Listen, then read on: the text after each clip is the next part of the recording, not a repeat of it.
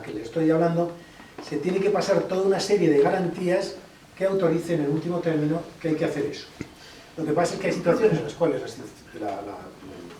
el estado de cosas se desborda y se aplica directamente rompiendo todos los protocolos, ¿no? Pero es eso, el secreto siempre es invocado por el Estado para arguir cuestiones de seguridad, que no siempre son así. El Estado tiene un déficit óntico, no sabe quién es a veces, no puede decir quién es, porque si dice quién es, no va a coincidir con lo que dice que es. Y entonces, como no coincide con lo que dice que es, se puede producir ese fenómeno de deslegitimación del Estado que genera un cambio, una transformación en forma de revolución, involución, evolución, etc. Entonces, para que el Estado tenga ese mantenimiento de la legalidad y la legitimidad de las que yo les hablaba en un principio, necesita que la razón de Estado, es decir, el núcleo de los intereses invariantes que le acreditan supervivencia en el Estado, en el espacio y en el tiempo, necesita que esa razón de Estado esté bien definida. ¿Qué es la razón de Estado?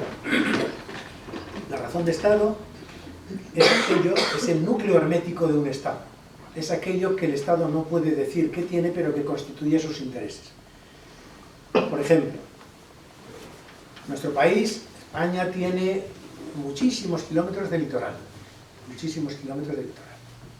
Nuestro país tiene una tradición histórica que le vincula a Hispanoamérica. ¿Por qué? Porque hubo un encuentro entre dos continentes protagonizado por España y por Portugal, y hay una cultura, nos entendemos el mismo idioma. ¿Qué es lo que aconseja la razón de Estado? Mantener buenas relaciones con ese mundo, porque nos puede convertir, y de hecho nos ha convertido, en interlocutor de ese mundo iberoamericano en Europa, y eso fortifica a nuestro Estado. Entonces, cuando hay alguien que rompe ese interés de nuestro país por mantener un nexo con los países iberoamericanos, cuando lo rompe abruptamente, cuando lo rompe de una forma caprichosa o arbitraria, ese gobernante está poniendo en peligro los intereses invariantes del Estado español. Una cosa son los estados y otra cosa son los gobiernos.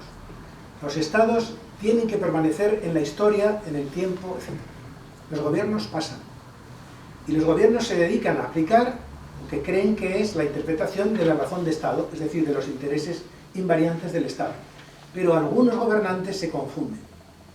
Se confunden y no entienden que sus intereses personales no tienen por qué coincidir con los intereses de los estados. Y es ahí donde caen en desgracia.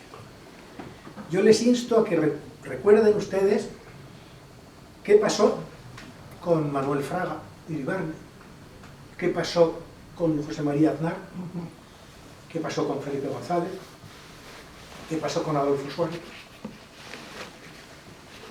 Tuvieron un papel y un protagonismo extraordinario en la historia de nuestro país, muchos de ellos. Pero cayeron en desgracia. ¿Por qué? Porque en un momento determinado de su actividad política como gobernantes, en vez de interpretar la razón de Estado en términos del interés estatal de permanecer en la historia, en el espacio, en el tiempo, creyeron que un interés coyuntural, gubernamental, específico, determinado, limitado, que coincidía con sus propios intereses personales, era lo que interpretaba esa razón de Estado. Bueno, pues no. Cuando se produce ese descoyuntamiento entre la razón de Estado y la razón gubernamental, se produce casi siempre la caída en desgracia de la persona.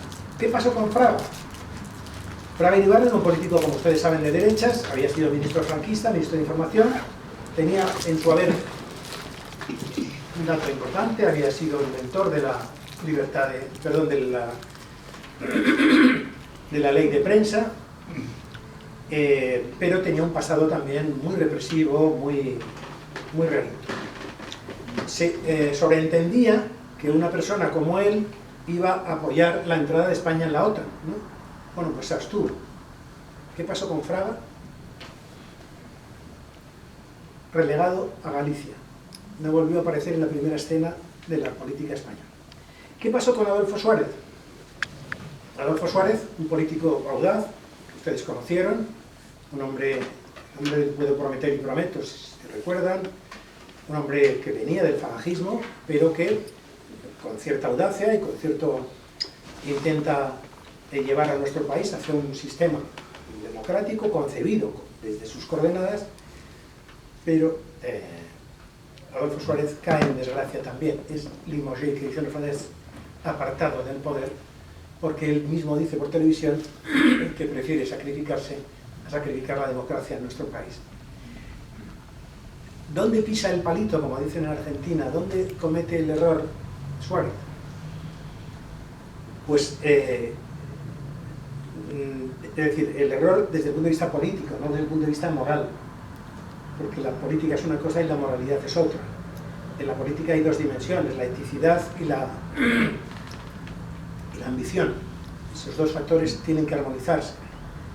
Si hay un predominio de la ambición, se produce, pues eso, el autoritarismo, el pragmatismo, el político trepador, que no le importa nada más que su propia ambición. Y si hay un predominio de la moralidad, de la eticidad, sin tener en cuenta ese factor humano, que es la ambición también, se puede producir una deriva hacia el doctrinarismo, hacia el jacobinismo incluso, etc. Bueno, ¿por qué les decía esto? Porque Suárez, en un momento determinado, los que piensan en los pensadores que definen lo que es la razón de Estado, porque hay también una división de personas no conocidas que se dedican a decir cuáles son los intereses del Estado en un momento determinado, piensan lo siguiente: nuestro país, España, desde que mediados del siglo XIX hasta cuando una parte del ejército había cumplido una función progresista, liberal, de modernizar nuestro país, trunca ese impulso y se convierte en un ejército poco a poco cada vez más pretoriano. Ese ejército pretoriano, desde mediados del siglo XIX hasta la Constitución, va a estar interfiriendo permanentemente en la política cotidiana de nuestro país, desde la primera línea. Asonadas, golpes de Estado, alzamientos, guerras civiles. Ese Estado, en una democracia, no podía estar siendo protagonizado políticamente por el ejército. Y no se les ocurre otra cosa a los decisores de la razón de Estado, a los que la perfilan y pasan, esos consejeros áuricos que se llaman, pasan sus recetas, sus minutas a los gobernantes.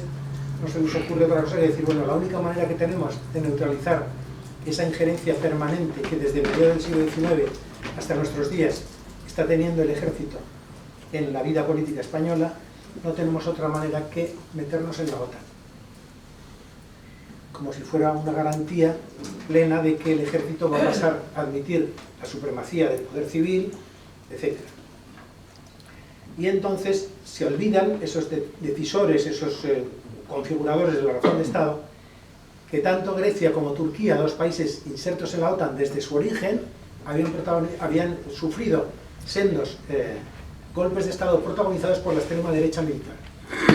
Pero aquí se piensa que no, que la única manera de ponerle el cascabel a esa erupción política en la primera línea de la política española del ejército, se pensaba que la única manera era meternos en la OTAN. Y entonces, si se fijan ustedes, el PSOE, cuando llega al poder, que viene de entrada no, si ustedes recuerdan, pues cuando le entregan los secretos de Estado, cuando llega, dicen, prioridad máxima de razón de Estado es que España se meta en la OTAN. Como no os metáis en la OTAN, fijaros lo que ha pasado el 23F, ¿no? ¿Qué ha pasado el 23F? Un poquito antes de llegar el PSOE al poder.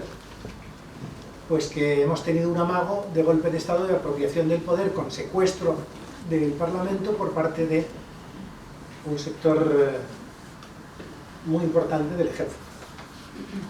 O sea que o os metéis en la OTAN o a ver qué pasa, ¿no? ¿Qué hace el PSOE? Pues se asusta y dice, bueno, aquí no hay otra manera que meterse en la OTAN. Y nos metemos en la OTAN. Por cierto, en el referéndum que se monta hay una hora en la cual el sistema se apaga.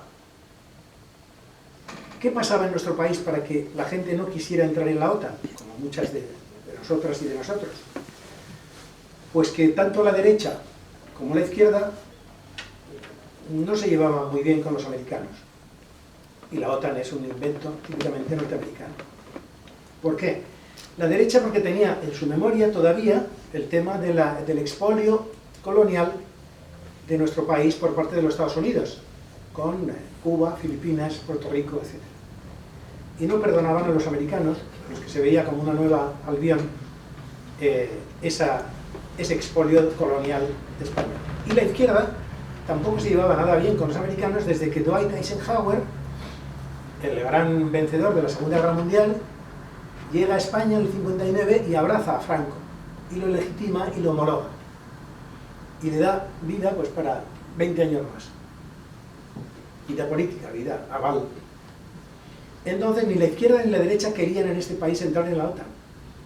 Pero no había otro método para los que querían entrar en la OTAN que mirar para otro lado cuando aquí se estaba cocinando un golpe de Estado con secuestro incluido del Parlamento. ¿Quién fue el principal beneficiario del 23F? En mi opinión, esto naturalmente es opinable, fue la OTAN. No es que la OTAN hiciera el golpe, pero la OTAN pudo haber alertado al gobierno español de que eso se estaba cocinando. ¿Por qué la OTAN estaba interesada en que este país sufriera el trance del 23F?